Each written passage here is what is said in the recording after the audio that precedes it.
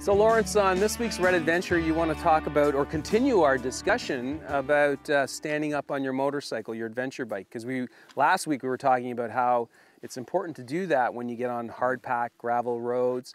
And I said, well, let's come back and talk about it next week about just exactly how do you do it. So you're sitting down. Can you stand up, please? Sure, yeah.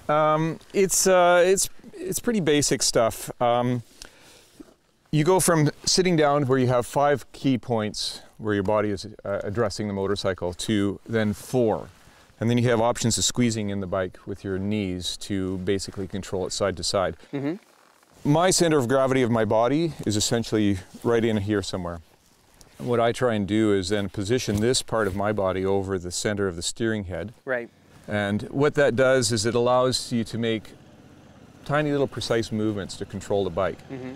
If you can imagine having a car battery on the back of the motorcycle, or your luggage or something like that, that turns the bike into the back of the bike into a great big pendulum. So once it starts getting out of line of the front wheel, it tends to want to continue to do that, and you can get into trouble in that case. So right. You want to minimize my 160 pounds of ballast by moving that weight forward, down low if you want to, and then you can move your head up and look forward, and it's the best idea to look as far forward as possible to then deal with what's coming at you in a safer manner. Right. So immediately by standing up, you can see you've lowered your center of gravity to as low as possible. You put all your weight down low, which is where you want the bike for stability. Right. Yeah.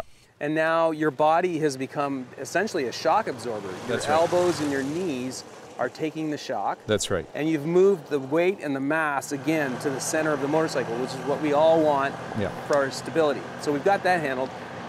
Show me how not to stand up so that this is great for fatigue. You're not going to get as tired, but show me the wrong way to do this. Well, you can tell a newbie from a long way away. Basically, if you're sitting like this trying to stand up, that's not working. You kind of want to bend your back a little bit. And what you want to have is your arms in an attack position, we call it, with your elbows up. And the handlebar in the bikes.